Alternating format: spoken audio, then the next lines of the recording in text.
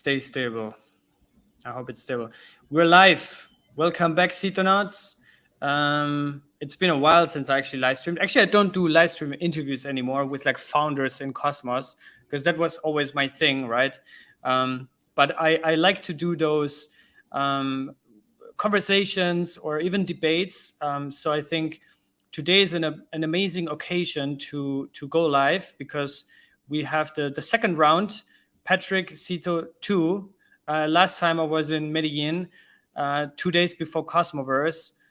We talked a lot about how bullish Fanek and you are on Cosmos, specifically on the Cosmos Hub and ATOM. I also think you gave this $1,400 by 2030 kind of potential price projection, obviously with the downside that all of this can go to zero, which is always the case, in crypto, that all of this is super volatile. So now we're here, 9 months later. We have a lot to talk about. I want to hear your views on Cosmos, specifically ATOM, because since we last talked, we went through this whole ATOM 2.0 drama, and I think some views of yours have changed. Obviously, we kept in touch throughout that time. But yeah, first of all, before I get into all this and more, Patrick, how's everything going? It's good to have you on. I think the time difference is a bit crazy for us, but yeah, I'm honored that you could make it. Hey, it's great to be on. Good to see you.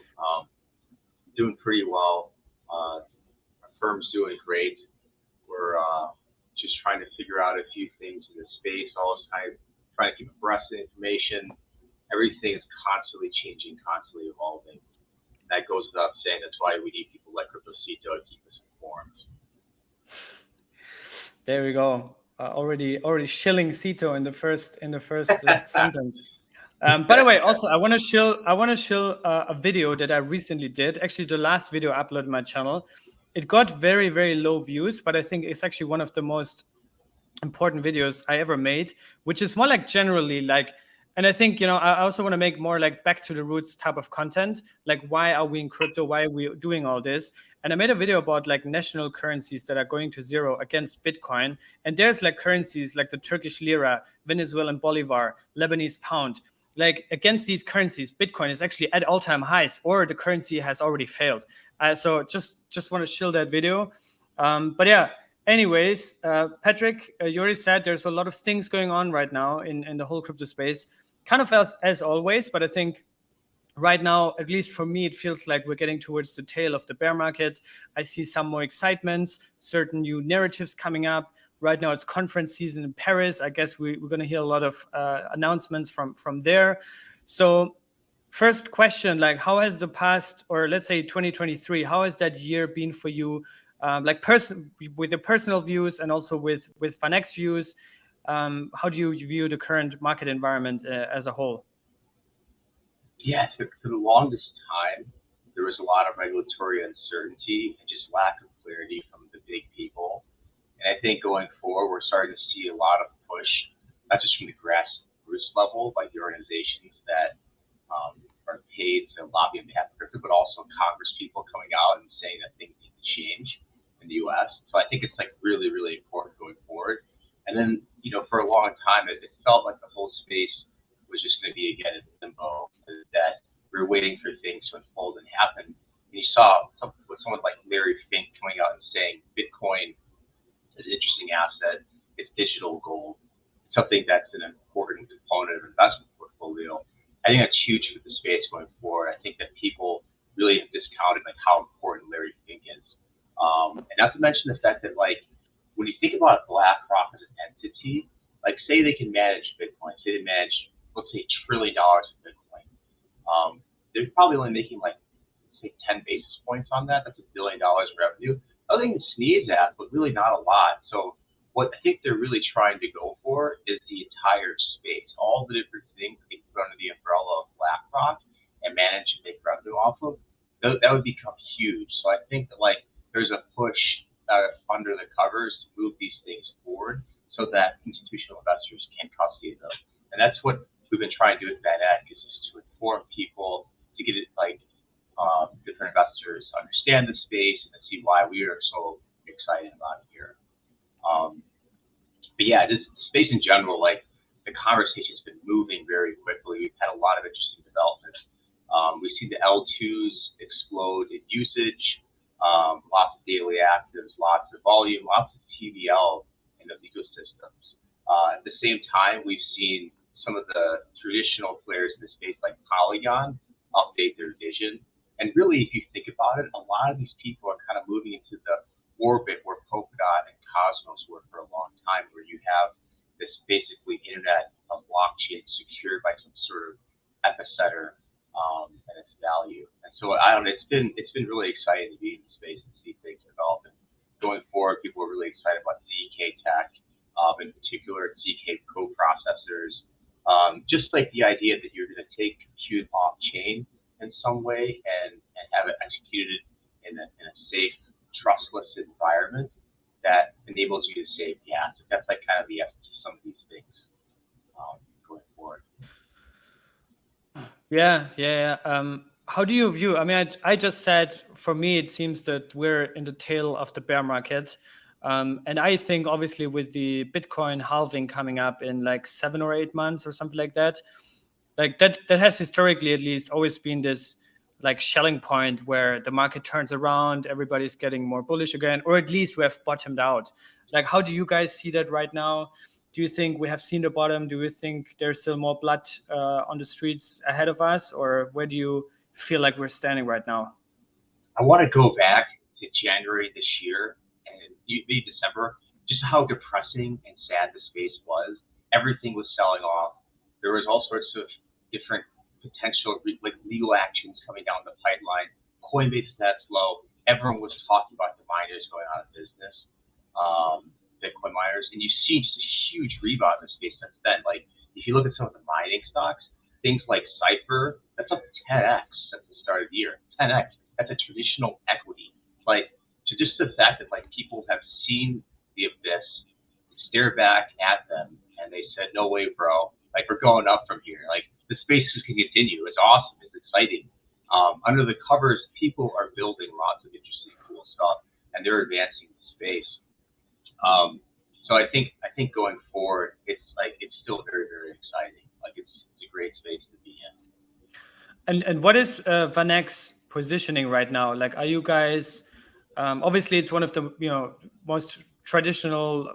It's been around for a long time, very respected in the industry. Like, have you over the past couple of months actively invested, or were you more like on the sidelines and moving forward, like for the rest of the year? Like, are you actively looking now to ramp up investments, or what's your positioning?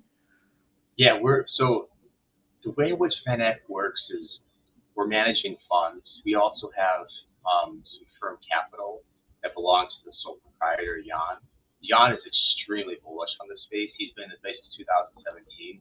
He's one of the most independent thinkers, I think, on Wall Street, and one of the people who's most interested in seeing the space progress. And he has been absolutely on the side of moving the space forward. And so for our positioning in our funds, the ones that I work for, nothing has really changed. We're still positioned fully into the market. That's how our LPs would like us to be. That's why they pay us. So we haven't really changed all that much in the ways I can really discuss. One of the things that we've discussed, like on the side, is that what's going to happen with ads going forward? Where's the value accrual? That's something that we have had a lot of debates on, and we're not really sure how we've come out. Just because, like, if you think about like the developers coming in, there's a lot of exciting, really smart people and really great projects that are doing things that you don't see in Ethereum. There's a lot of experimentation, but the worry is that, like, how does that accrue value back to ATOM itself? That's something that we don't really know. We're not really sure about. Yeah, let's start right away with the Cosmos Hub and ATOM. You were one of the, I think, co-authors or the main author of the of this article that this research report that you guys shared. I think it was September last year or August last year. I think August, or even before, July, August. Yeah, it was August. August. Yeah, there was 1 month before Cosmoverse happened. We spoke on this channel live also 3 days before Cosmoverse happened. Cosmos happens. They announced the ATOM 2.0 white paper. this new vision for the Cosmos Hub, and a couple of weeks later, it goes on chain, and the community rejects it. What were your emotions? What did you think? Because obviously, you wrote this super bullish report on ATOM, and now this ATOM 2.0 thing doesn't go through. What were your thoughts, and what was your initial response? Yeah, I was extremely disappointed.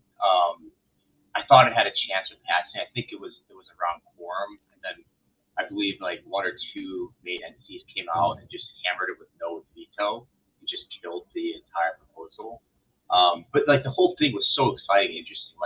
They built this whole ecosystem around the idea that ATOM's going to give value and to do it in these certain ways. And it was more of a vision than something that can be put into practice. And I think that's kind of where it failed. Not to mention the fact that it was going to increase inflation substantially, and some of the major holders really didn't like that. At the same time, just thinking about the different people in the cosmos and all the different ideas, you have everything from anarchists to communists to hyper capitalists, environmentalists, and all those things conflict. It's really hard to have a unified vision from all these different parties, and so that kind of carried through to how that inflation was going to be spent. Everyone discussed okay, we're gonna have this huge budget to spend on different projects and different tooling, but then it's okay, who's gonna decide how it actually gets allocated? Who's gonna be the bag man? And it's always the inside secret for these projects or for these VC funds or these little usage funds. There's an agency problem within them where it's the people who are able to disperse them have a lot of power, sometimes aren't always the most trustworthy individuals, and give them to their friends. So a lot of the community was I think rightfully upset about that, and it was really concerned how that would go. Not to mention, if you think about all the business lines, how those would work in practice, right? Again, great vision, practical perhaps. Think about the allocator, the scheduler, and interchain security. How is that really going to work? How are you going to have all these ecosystems coordinate MEV for the scheduler? How are you going to see interchain security actually work in practice? Compare how Polkadot thought about onboarding parachains, very similar project, right? Very similar product where they're just sharing security. There was a lot of thought putting the community votes on them. There's a specific number of slots. Here's how the functionality works. Here's how data availability works, right? Versus Cosmos, it's hey, we're going to do this, we do that, but we're not really sure how it's going to quite work in practice. So I think going from 30,000 feet to ground level has been the biggest challenge for Cosmos. Were you more disappointed that ATOM 2.0 failed because of the actual technical roadmap and all the items on it, or because of the drama and all these debates? And I mean, it got really ugly. I agree. That was not nice. What were you more or what was the main reason you were disappointed? I was just disappointed because there's just so many smart people and so many high potential projects and so many interesting things that could be done that weren't done.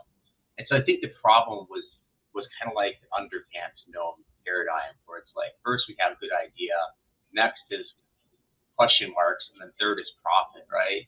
And so it's that's kind of where Cosmos kind of fell. There was no one to do all the different things. That's kind of why people sometimes having an entity that can coordinate these things and has a top-down vision and then executes it. Something you see an Avalanche or Polygon. As much as those ecosystems have their issues, they do have a unified vision, and they do have a way in which they're implementing their policy decisions. Versus in Cosmos, it's kind of okay, what are the next steps? How do you get there? And that's the question mark part, which I think really just didn't work out as well as people thought it. People thought maybe people would step up. There's tons of smart, cool builders, but at the same time though, what that unified paper did was it asserted an interesting vision and brought people on board. So as much as it sucked and it was a failure to the extent that it didn't pass and we don't have all the things we want yesterday, if you look at the shared developers in this space, Cosmos has been winning, right? Cosmos is bringing more people in. And so that's been hugely positive for the ecosystem. So if you're a Cosmos maxi, it's been, I think, really cool just because it showed what's possible. But if you're an ATOM maxi, it hasn't been as exciting because it hasn't improved value token, and token has not gone up as some of us had supposed. Okay, yeah, there's some interesting things. I mean, I have some different views on those things, but obviously, I'm also very, very deep in Cosmos. Like, and I'm a very positive and bullish person overall. But it's good to hear that feedback. And for some things, you actually talk my mind here, because I feel like the biggest weakness of Cosmos, specifically the Cosmos Hub, but even the ecosystem itself, is that the fact that it is so fragmented. There is not one organization that runs everything, that dictates the roadmap, that runs all the conferences, does all the events. The fact that Cosmos doesn't have that is also its biggest weakness, because there is no unified direction, no clear vision. Execution is much slower, right? Everything has to pass through governance, and you have so many parties involved. So it's really complicated. But I think also that makes it maybe more sustainable in a sense, because it is more real and more authentic, right? You just mentioned like other ecosystems, they're launching these new visions, right? Polygon with their 2.0. I think a lot of the announcements that Polygon made in their Polygon 2.0 kind of vision were just like rephrasing or like renaming some of the already existing things that are out there, right? Like shared security concepts or ultrasound money from Ethereum. I think they call it hypersound money or something like that. Like, I think that's something like that Cosmos is really, really bad at, especially the Cosmos Hub. It's shaping the narrative, communications, and having a unified, clear direction. And that also then trickles down to business development, onboarding new projects, right? And I think that's where I agree, that this is a big issue in Cosmos. There's also, I'm trying to do this with content. I'm trying to do this also, obviously, with customers. We just had an event here in Bali a couple of days ago. 80 people showed up. So this is something like in other ecosystems, like the foundation funds and executes on those things, and they probably have unlimited funding to do that. But yeah, so just to go back, ATOM 2.0 fails. You're very disappointed. Was that for you then like this moment where you say like, I'm out? Like ATOM 2.0 was kind of this last opportunity for the Cosmos Hub to be relevant. It failed. I'm going to look for something else. Would that be fair, or do you still have hope for ATOM? For the token, I think it was never I'm out. It was just like, this has suddenly become like a less interesting proposition from the probability upside. Like, you think about like viewing these things from an EV standpoint, it's just like, what's the upside? What's the probability gets there, right? And so it gives you kind of like, okay, what's that versus the value of today?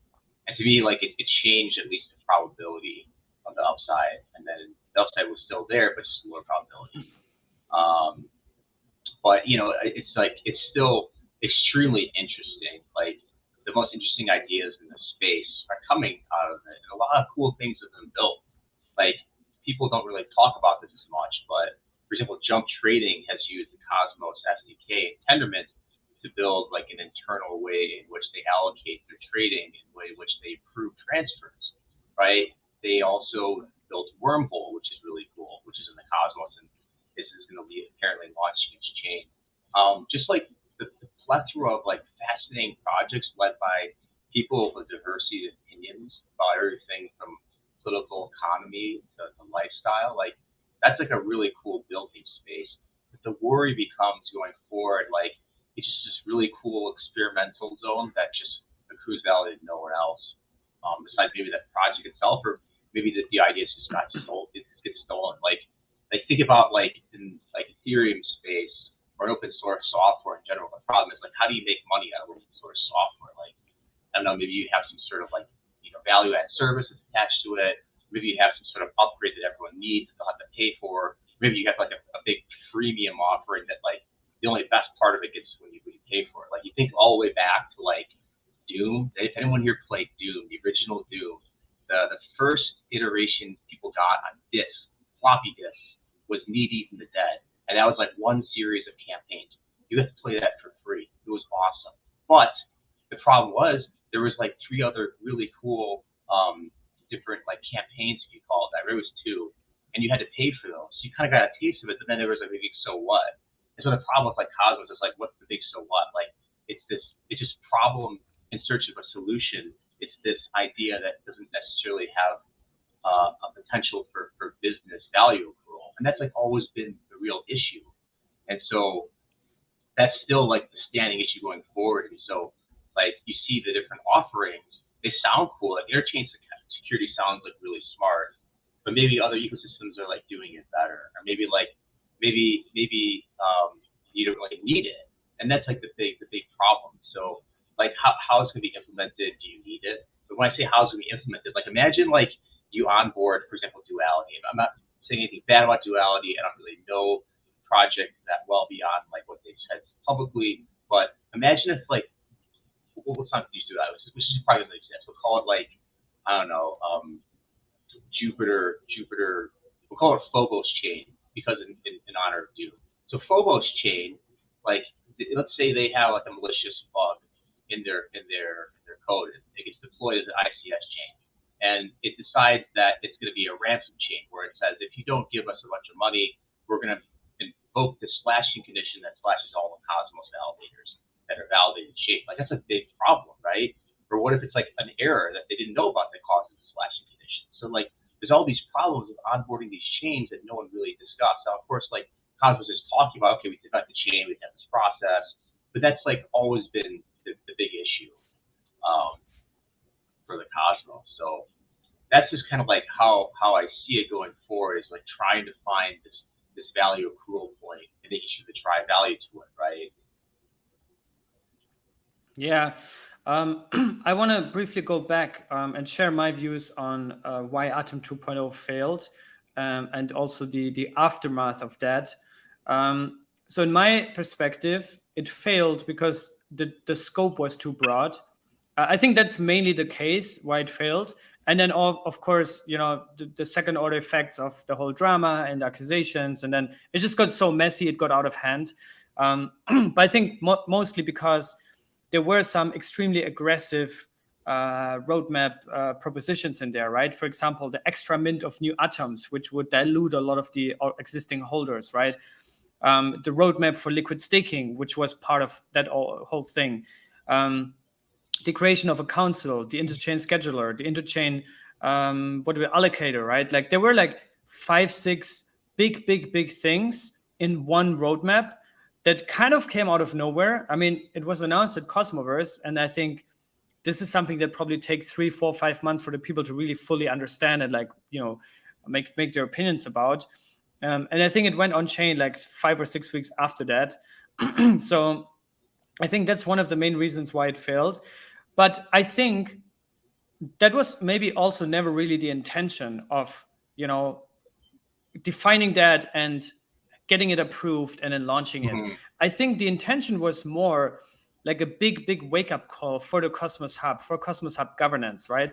I think there was a time pre-ATOM 2.0 and after ATOM 2.0. The time before was quite sleepy, right? There was no narrative. There was no excitement. There was no, oh, we have consumer chains coming up. Like, let's evaluate them, right? No shared security, no liquid staking. The bonded ratio of atoms went only down, right? So inflation went up. So people sold ATOM because, you know, they don't want to be diluted. But I think after ATOM 2.0, what is the interesting thing that happened, and I don't know, like, obviously, you know, you're doing a lot of things. I don't know how closely you're following all of that, but there were immediately a lot of teams forming around some of the ideas that took the steering wheel and executed on them right away, right? So, for example, Simply Staking was the first ones, like literally the week after it got rejected, to propose an increase of the community tax rate from 2 to 10%, I think it was, 5x the revenue, which kind of replaces this, oh, let's mint a lot of ATOM for the community pool, but rather slowly over time just have a higher tax rate because the community pool is underfunded. That happened immediately. Another thing that happened was the creation of the ATOM Accelerator DAO, which I think they're doing amazing things. They're funding a lot of communication campaigns, also, you know, working groups that do things like mesh security. They're now funding and giving out a grant for people to propose a revision of the ATOM tokenomics themselves, right? To like see, okay, now with this AEZ narrative, how can Atom tokenomics be adjusted, right? Because obviously right now it's not good. It's very basic and it's super inflationary, between 7 and 20%. Right now we're at 14%. Like if you compare it to this ultrasound era on Ethereum, like that's not competitive, right? So I think the tax rate was increased. The council is basically there now. I don't know if like everybody really knows that. There's actually now an AEZ council by Longhash and Neutron that is specifically focused on building out the Atom Economic Zone itself. There's a lot of things in the works around the Interchain Scheduler or the Interchain Allocator, which now is called Timewave. So it's a whole new product on its own, or a whole new team that formed around that. So I actually think, obviously, Atom 2.0, I talked a lot, but to summarize it, I think 2.0 was a wake-up call that revived some of the excitement, revived governance. It also showed who is in this for the long term. We also saw big players like Paradigm, they immediately exited ATOM. Like they were one of the top 5 validators. They shut down their validator. They sold all their atoms. Right. It was not nice. But you see just like who is staying and who for who was this, like the, how do you call that in English? Like the that shot, like that's the end for it, right? And I think Paradigm, they decided to leave, and Atom is still there. It's still around. So I think this, in combination with Atom being this OG chain, too big to fail, quite decentralized, I think that's what makes Atom so sustainable in the long run. And I think now we're entering this era with the Atom Economic Zone, where obviously not right now, it's still pennies and negligible, but you're starting to see accrual for other tokens. Now we earn Neutron, we get Stride, we get all these liquid stake tokens on the Stride chain itself. There's a clear revenue share with something that has clear product market fit. And you mentioned earlier Polkadot. I think I just pulled it up, and I don't want to click too much because I know my internet is really bad. But Polkadot, obviously pioneers for shared security, amazing stuff they've done. Their top 2 chains are Moonbeam and Parallel.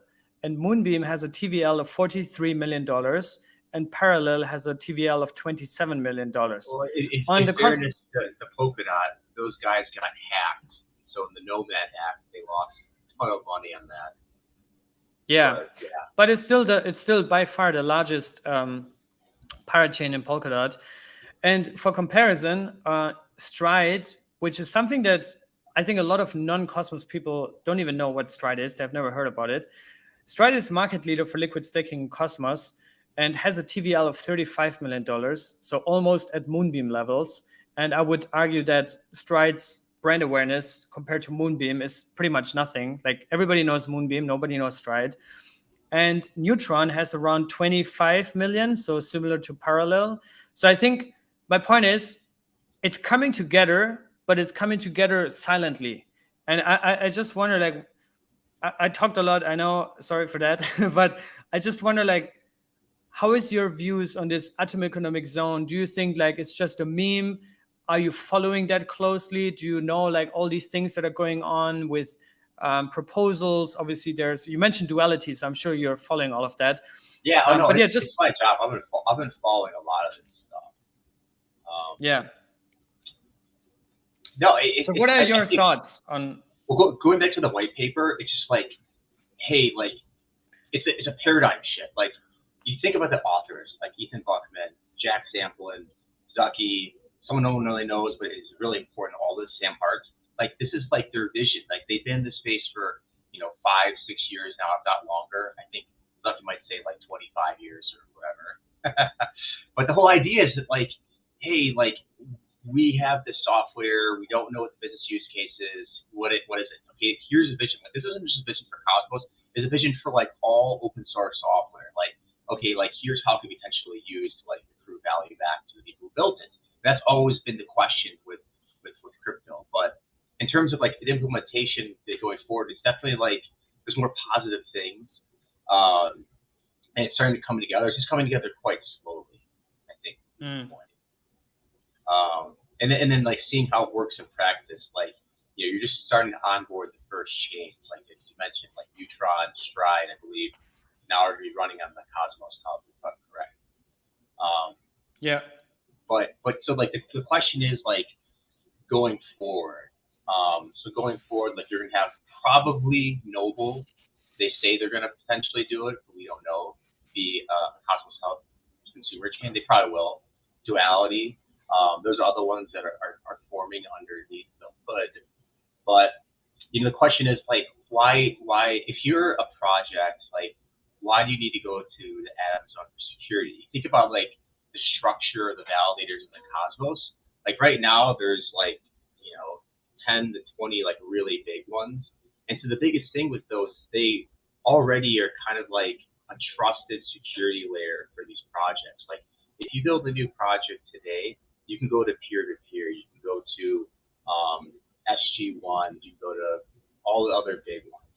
And then you can say, hey, like I'm running a new chain, like will you run a validator? And so no one's really thought about like the agency or the business of the validators. You know, like why do they think that like being an ATOM economic zone is better? Like why do they want a system where the Cosmos consumer chains go to their ATOM validator rather than going to them on the side? Like what does the difference in business lines look like? That's like the alternative for most of these Cosmos chains. Because you're gonna have a validator. Like you could be proof of authority, but at the end of the day, like you're gonna probably want a set of validators. And so like what's the differentiated use case of the hub versus going to these validators individually and staying as your own chain? Because like think about it, like if say SG1 or say what's called a Figment or Friends validator, if they mess up on one chain or if they do something malicious on one chain, everyone in the community is gonna be like, well, I have funds on them, not only on, you know, Phobos, the new chain, but maybe I have it in Neutron. So I'm gonna pull my Neutron because those guys are scumbags. So you have like this reputation score that already exists without really knowing it. And so then it becomes like, okay, why do you need like ATOM zone tag to it as well if you already kind of have some kind of social consensus penalty? So if I understand correctly, your biggest concern about the current shared security implementation on the Cosmos Hub is the slashing parameters on the consumer chains, or? No, it's just the fact, like it's the fact, or I don't know if I'll call it fact, but it's the supposition that if you're a consumer chain, like, and you're gonna build a new blockchain, you're building your new chain, it's gonna, you know, be a chain for Shiba Inu token, right? And you're saying, okay, like I need to get validators, I need some kind of security arrangement to protect my chain. I'm not gonna run them all myself, so I'm gonna go to the Cosmos existing validator set. And in the Cosmos existing validator set, there's a lot of like big validators, and you can just go to them on the side and say, hey, can you run my chain? We're going to secure Phobos chain with Fo, and you're going to go from there and just, you know, make sure you validate it properly, do all the things that we need done. Well, your other option, instead of going each validator individually, is just go to the Cosmos Hub and say, hey, like, can I join as a consumer chain? And so like the differentiation factor is like, what's the difference between those two things? For the consumer chain, but also for the validators, because a lot of these validators, like this is a conversation that's going to be brought up as well with other people. Is what's the validator agency of all this? How do you choose a validator? What do they do for you? So this becomes like, why do you want to choose one or the other from the consumer chains? Okay, I see. Okay, yeah, I think, I mean, you know, we've just seen it actually with Stride. I mean, Stride is an existing L1 that has what many say is like the most, the cleanest app chain in Cosmos, because it's literally just focused on liquid staking and liquid staking only. And they launched as a sovereign L1. I think their market cap used to be around 150 million at the peak, which for a specifically, I think for protocols that require TVL and like that they're targeting users and TVL and all those kind of metrics, and economic security is extremely important for them, right?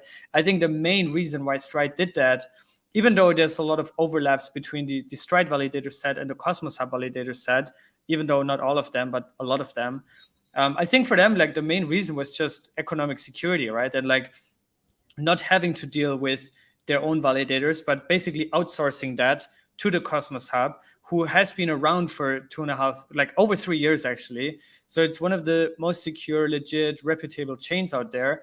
I think this is oftentimes maybe something that's like in crypto, people always want to see, okay, what's the unique flavor of this chain? What does it make so special? What's the economic incentive model? But honestly, from my view, like just having been around for 3 years and never having any downsides or downtime or issues or trouble, never getting hacked, that's already something that's pretty cool.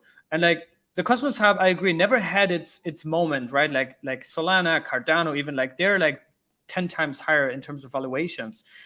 But I think the fact that it's just been around, never got hacked, never had any major downtime, I think that's already something like, okay, we as a team, we don't want to deal with, talking to validators. It's also like the whole communications behind it, right? Like with Stake.Cito, we're running validators ourselves, and it's something that's like 24/7. Like teams are in touch with us. So I think it's just an additional overhead, both for validators, but also for the core team to manage all of that. But yeah, I agree. I think that the biggest downside of the current replicated security model is actually economic sustainability, right? Because a lot of validators now have to double their infrastructure, but they're not doubling their revenue, right? We still earn.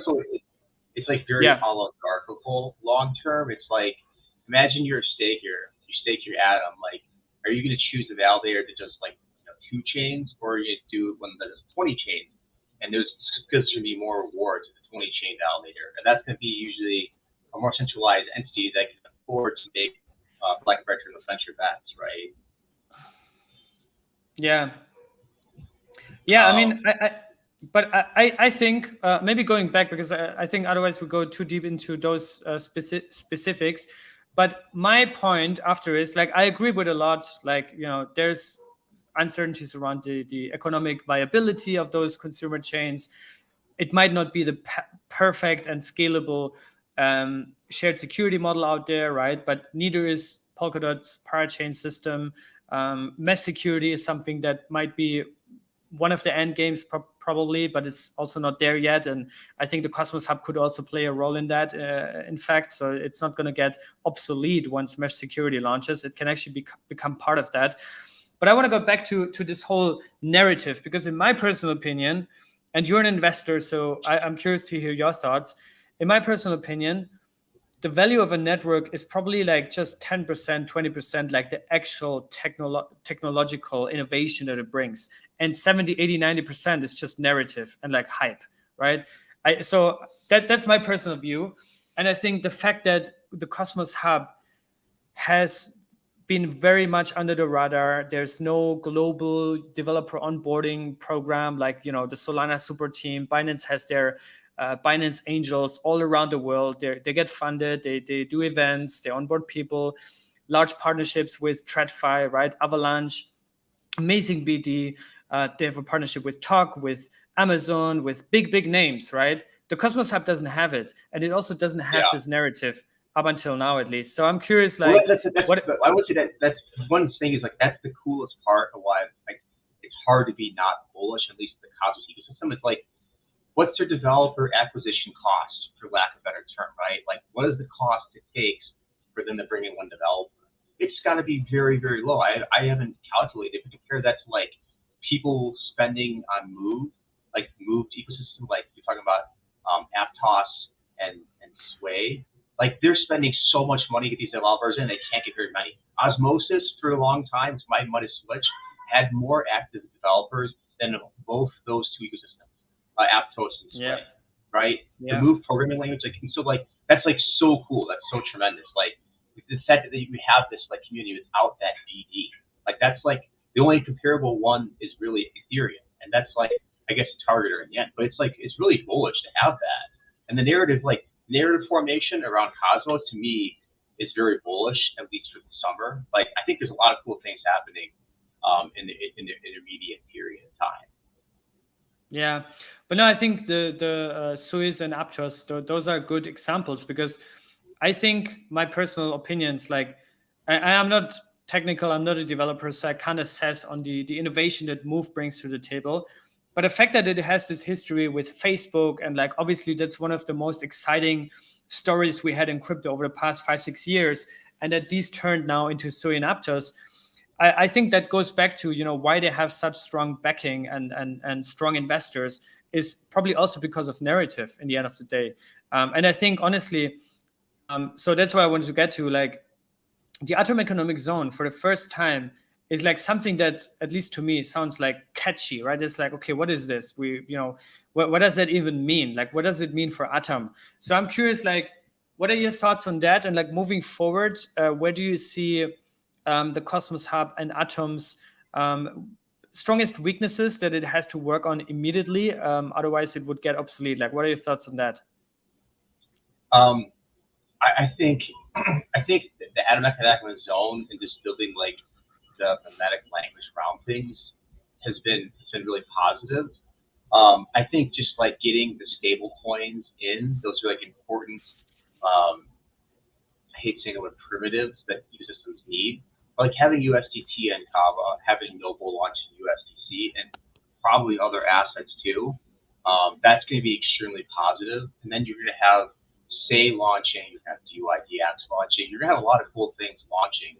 Not to mention the fact that bridging coming in from Composable Finance, from Wormhole, and from Polymer. Like, so I think there's a lot of potential going forward for all those things.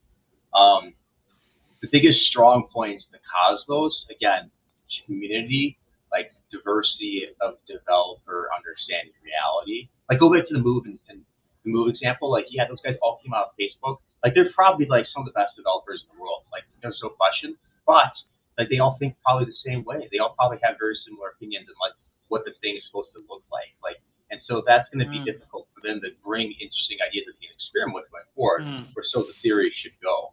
And so I think in the case of like Cosmos, like, it's hugely positive to have those things. I'm really curious to see how they revamp the economics.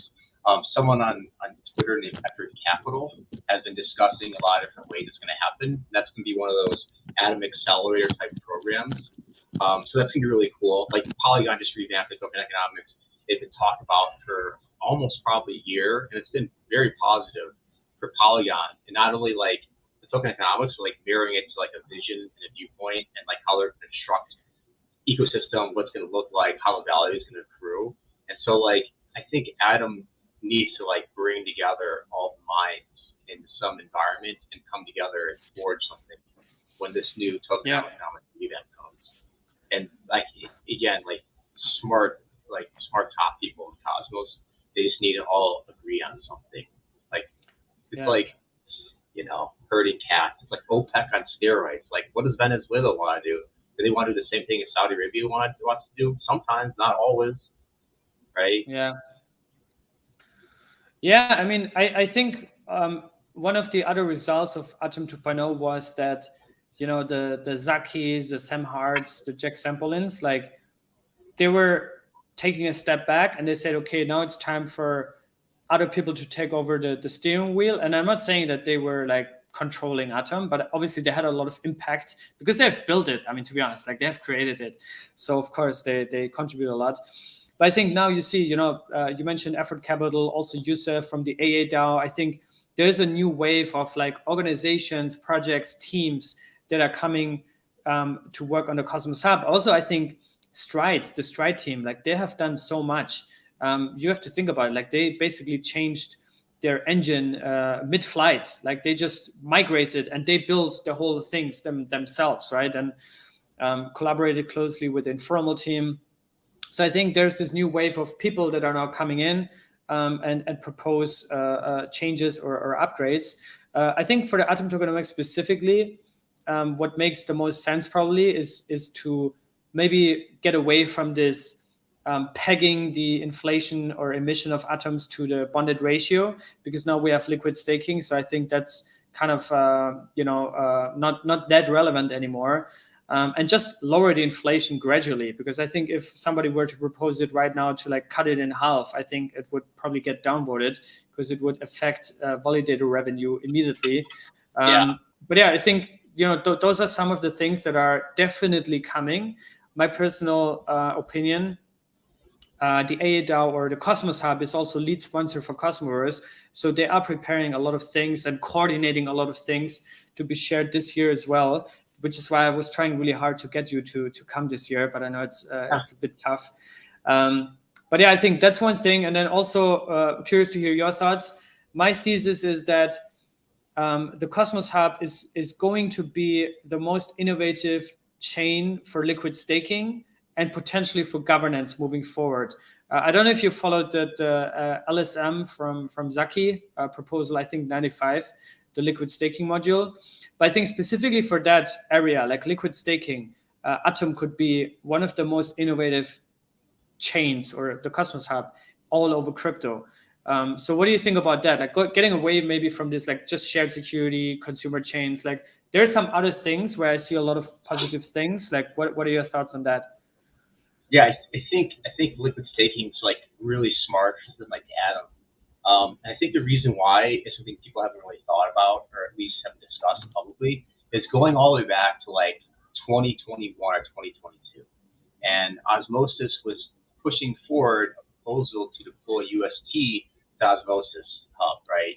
So people were like, yeah, this is a great idea, this is cool, whatever. But the flip side was like, okay, it's not necessarily a great idea, because the base pairs in Osmosis would move more towards UST rather than maybe Osmo or ATOM. And so that was kind of like a discussion point that people forgot about. And then putting that in the context of like ATOM right now, like ATOM needs to be everywhere it possibly can be.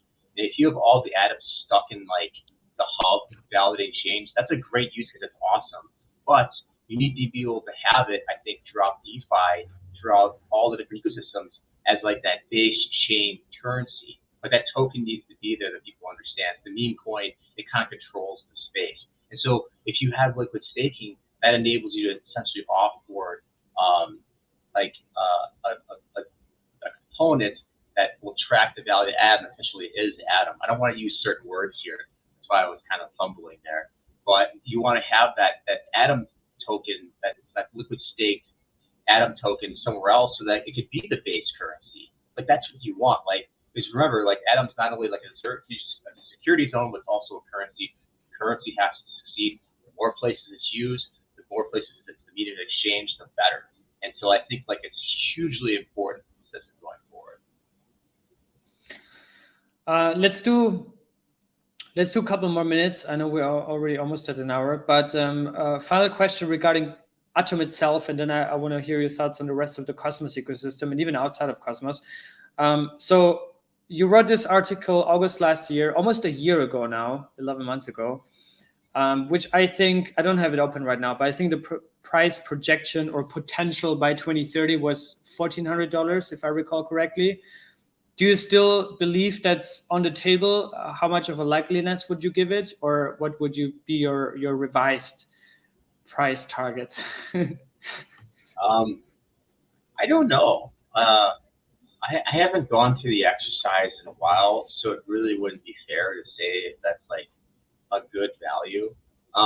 Like from the standpoint of our projections, like the whole thing stemmed from, okay, who's going to use crypto? Why are they going to use crypto?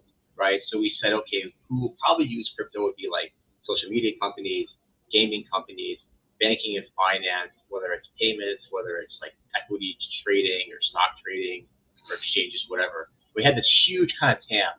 And then we said, of that TAM, what sliver will be settled in some way on crypto? What percentage of all those revenues will have crypto in some capacity, whether it's on the back end or whether it's on the front end, whether it's getting revenues or it's a cost off-way center.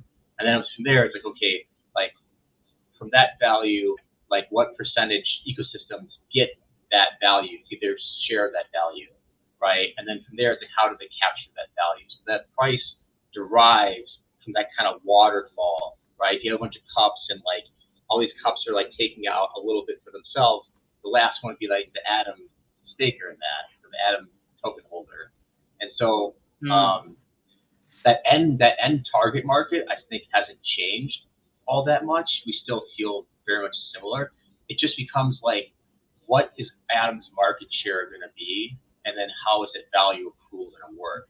And those are the two components that I haven't worked on enough in a while. And then, of course, the probability of that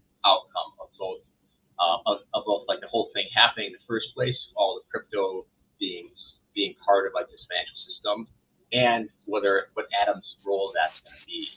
And so the potential is still there if ATOM succeeds, but I would say that the probability of it all coming together has diminished based upon the fact that like the community doesn't come together to assert a vision and execution arrangement that's agreeable to all parties.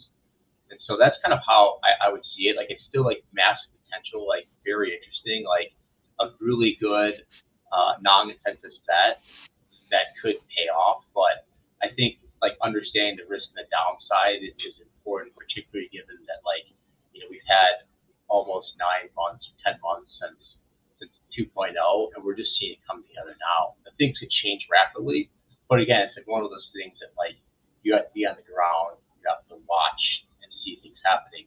That's why it's important that you keep up with Crypto.Cito. There we go. Yeah, so, but it also doesn't sound like you're ultra bearish on neither Cosmos, but also not on crypto as a whole, right? I think you have this fundamental conviction. Crypto's going to go up. Yeah. It's going to be awesome. No. It's going to be important going forward. So my question in that context is, if you're less bullish on ATOM, does it mean that you're more bullish on some competitor maybe within the Cosmos ecosystem, or are you now looking also more into any other crypto ecosystem where you see more potential? I want to say like when I say crypto is going to go up, I think its use cases are going to go up. I'm not discussing a particular price, just to retract that, make sure everyone's clear. But yeah, so like I'm not sure about that last point. What do you think? No, I mean, I'm asking because, you know, it sounds like you're not less bullish on the space, but you're probably less bullish on ATOM. So I wonder, like, where does the bullishness shift to? Does it shift to, I don't know, Solana, Ethereum, back to the roots, Bitcoin only? What's your view? I like, well, it's like, I like Solana just because it's like, you know, doing its own thing. It has a lot of potential. It's very interesting. It's pushing the boundaries on what's technically possible. But yeah, I think it's probably skewed more towards Ethereum at this point than it was before, which is unfortunate because it's like more of a consensus bet, but there's just, the space is so wide open. There's so many interesting things that can come through. And you're just talking about like the L1s, right? Like the L2 landscape has improved massively. And then potential for like things like Eigenlayer to come through and enable you to use Ethereum to stake other things. So like that becomes like a very big, serious competitor to Cosmos, where it's like maybe you can't do all the things you want with your own chain, but you could buy security through stakers of Ethereum to build your own blockchain, and it could be tenement based. And that's like the next component I think that like needs to be discussed going forward is I think they're probably going to redesign tenement at some point because it's got really high messaging overhead, which limits the validator set. And the way in which it's constructed right now is there's a strong oligarchical tendency, meaning like validators tend to get stronger and more powerful. And so you're kind of like less Roman, where everyone gets a vote, your vote matters, and more going towards Carthage. It's more Carthaginian, where it's like a bunch of like, you know, rich people control the whole show. I guess maybe like some people might say that's all government, all societies, but not as obvious, not as clear right now. But I think it might move that way unless they change some of the underlying parts of tenderness. I think, I mean, you also see that obviously, you know, with Bitcoin and Ethereum, like, you know, now with POS, but with POW as well, like hash rate is controlled by a few large entities. I think the Nakamoto coefficient is quite low for most ecosystems out there. I think Avalanche actually have a quite high Nakamoto coefficient, so more like diverse and decentralized voting power. But also, I think it's very fair to mention, like I've done a lot of research on this the past couple of months.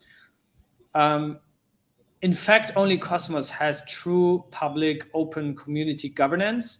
Avalanche doesn't have it. So even though the validator set is decentralized, the roadmap is centralized, marketing is centralized, everything is centralized.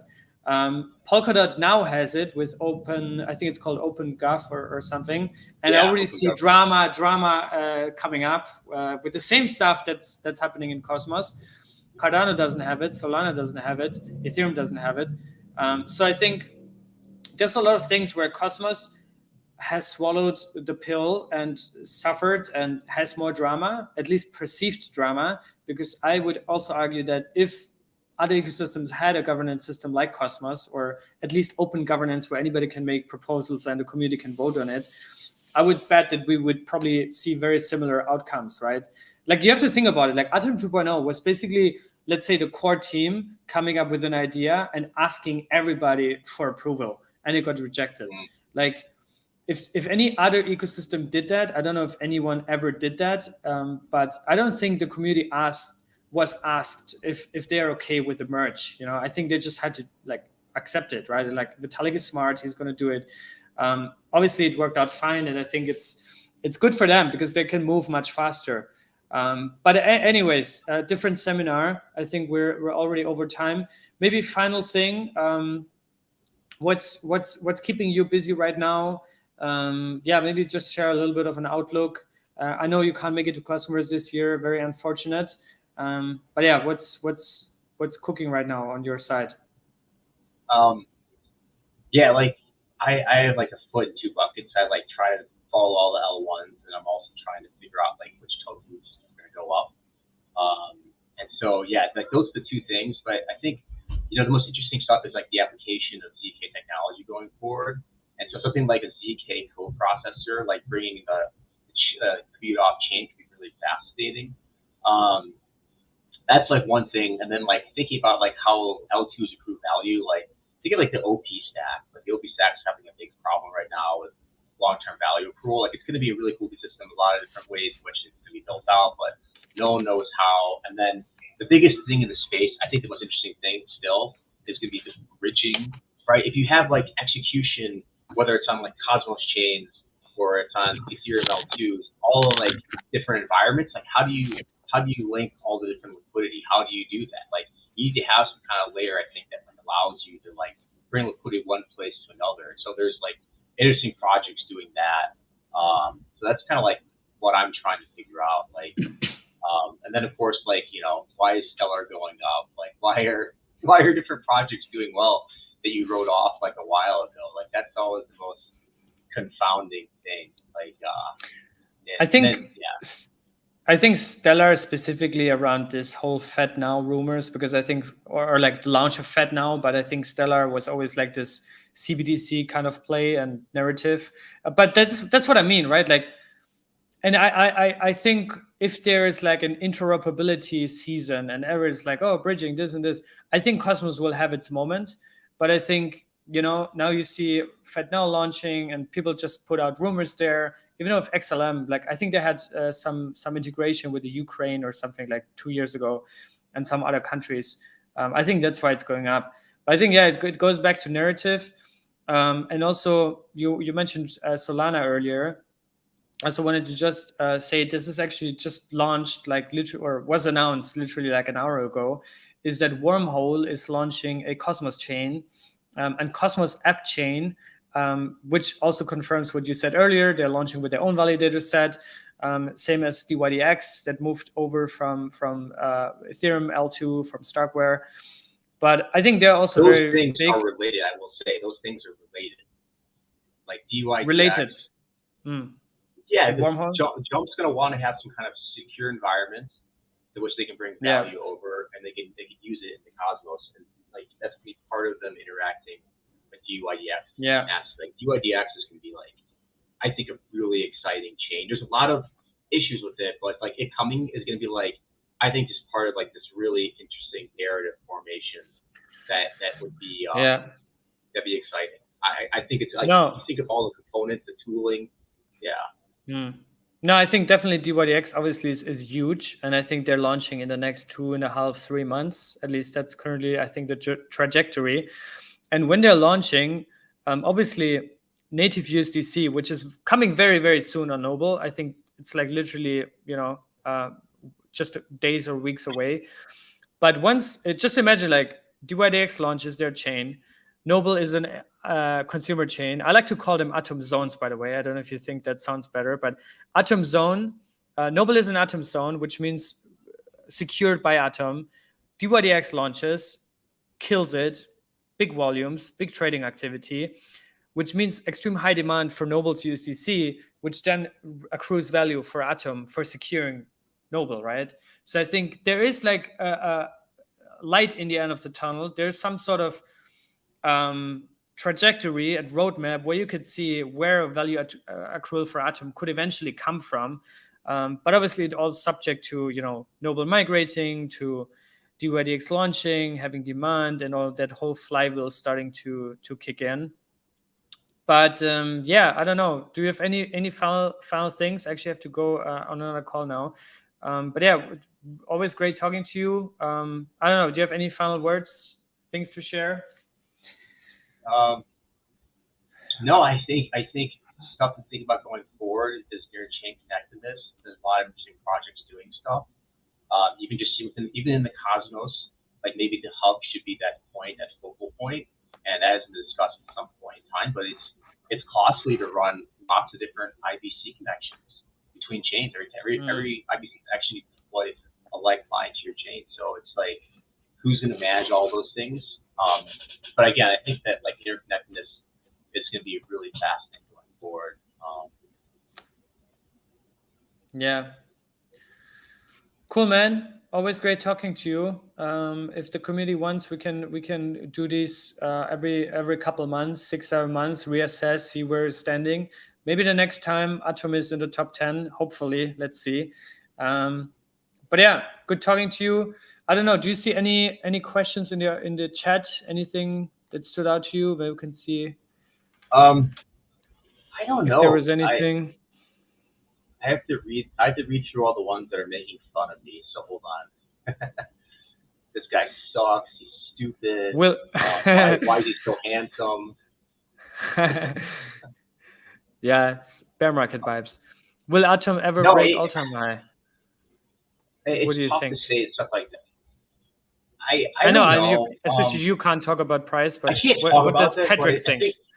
I think the way to consider all these things, like the real bull case for crypto, is you stop measuring things in dollars and start thinking things in terms of like Bitcoin or ETH or ATOM. Yeah, because that's good like advice. the base currency you're using. That's like, because that's always the problem, is you're like, oh, like was it going up in dollars? Like, yes, but Bitcoin is making all-time highs in other currencies. To Cito's point, like you look at the chart of like the lira, or you look at the chart of like other different currencies, like it's breaking through that. So like that's the scary part, but also the bull case is like you have some sort of dollar system migration to Bitcoin or something else. Like, that's very much like not a sure thing and a very low probability still. But I don't know, like you think about like from a geopolitical standpoint, like if you're like a second tier country, like a country that's coming into power, right? That doesn't want to like be held into the international system run by the U.S. Like you're going to look elsewhere. You want some sort of fair way of settling value, right? Maybe that's Bitcoin, maybe that's Ethereum, and then maybe you want some fair way of like interacting within the business context within like an ATOM or something like that. No one really knows, or Solana, right? That's kind of like I think my bull case concept going forward is like you're moving away from U.S. hegemony for different reasons, for good and bad for all of us. But it's like I don't know. It's probably reality. That's how I see things. Yeah, I personally think I would probably give it. I mean, I would probably give it like even a 90% chance that Atom will break dollar all-time highs. I haven't looked at the other charts, but I think a dollar, like it was only at $44. I mean, it wasn't even that much. And like I have a video coming up very soon about Atom Economic Zone that actually talk a little bit about price, which I barely do, to be honest. But I think even $100 billion market cap, if the AEZ narrative catches on, Atom tokenomics get revised, $100 billion, like that's what ADA did in the last cycle. So I think that's not something that's totally unthinkable. Last thing here, I think this is also something we haven't touched upon at all, because we talked a lot about value accrual. And I think airdrops are kind of this meme in crypto at this point. But Neutron, even though you currently earn dust, negligible rewards, I understand that, but they just did a $35 million airdrop to ATOM stakers and the community, right? So I think that's you could maybe consider that like an upfront payment for renting security, but there's a lot of airdrops, right? Even Sei is going to do an ATOM airdrop, like Osmo launched with an ATOM airdrop. So I think ATOM has always been this base currency to bootstrap new communities, coins, liquidity, and chains. It still has this status, and I think in the bear market you also saw, because we had these hub wars with osmosis, obviously, right? So people said, hey, ATOM is irrelevant, Osmo is the future, but Osmo is down 98, 97%, right? And ATOM is only down 70. Yeah, it got absolutely smashed. So I think, and I love Osmo, but I think ATOM is still, yeah. You want to say something? It's like ATOM needs to be connective tissue that motivates the ecosystem going forward. It's a coordination mechanism. In the same way religion coordinated early communities, now we're to the point where, like in the US, economic incentives, right? It's a coordination mechanism. It's the dollar. ATOM needs to figure out this role for it to be the coordination mechanism, and then if it does that, the price will go. Well, the price will be something, I don't know. It'll be hopefully better than today. Okay. There's sorry, I had just this was a real quick one. Actually, as far as I know, if you stick with Exodus, your coins are, because Exodus is non-custodial, so your coins are delegated to Cosmos Station, if I'm not mistaken. At least that was the case 2 years ago when I last checked. But you can actually extract your private keys from Exodus if you haven't written them down, import them into Kepler, and then you can harvest all your airdrops from there, because I think Exodus is it has good UX, but I think like you don't really know what you're doing like behind the scenes. But that was my experience. But yeah, anyways, I think we could go on. Very last question. What can I do? What can we do to convince you and your team to still come to Cosmos this year? I would love to go. You don't need to convince me. I'm on board. Like, it was up to me, I would hitchhike there in the back of the pickup truck. But I have work to do, and the biggest thing is that we need to have, I guess, just better like ATOM performance. To be frank, like it needs to be included in more benchmarks. It's ATOM because of the fact that like its trading volume is declined, and so its price has fallen on some benchmarks. But part of it's just like the crypto market in general, and like how we're doing as a business. Like if our sector within Vanek is doing well as a business, then we can justify going to like more conferences. But right now, like we're really just cut back in general on doing those things, just because like we want to see things materialize out of the space before we really start like pushing the envelope in terms of our costs and expenses. Because again, like as much as everyone's like, oh, Vanex, like this big established entity that has all this money. I mean, it is. At the same time, like we're like an upstart business within Vanex. So as much as people like talk about eating ramen, I don't eat ramen unless it's like nice ramen. But we're not like super balled out and taking private jets to Bali like CryptoCito. Lobster, caviar. Lobster. Yeah, he's gonna go eat some Komodo dragons tomorrow. Like I thought that's the main course. Komodo dragon ceviche, and then caviar from like a manta ray. Yeah, but just to capture that, if ATOM pulls a 3 or 4x over the next 2.5 months, there might be a chance that you guys are coming. So cosmonauts, I need your support. Do your thing. We need to get this done somehow. I don't know how, but somebody just needs to buy $1 billion worth of ATOM, I think, and then we can have you at Cosmos. Yeah, I think the play here is to go and ask George Soros and tell him that the Open Society should support ATOM and its principles, and that there you go. That you've had it. You've made it happen. Let's do it, man. Awesome talking to you. I think I learned a lot about your perspectives. I hope I could change some of your viewpoints. I at least tried my best. And yeah, thanks everybody for engaging, asking questions. But yeah, this was cool. So we'll do this again sometime soon. Cheers.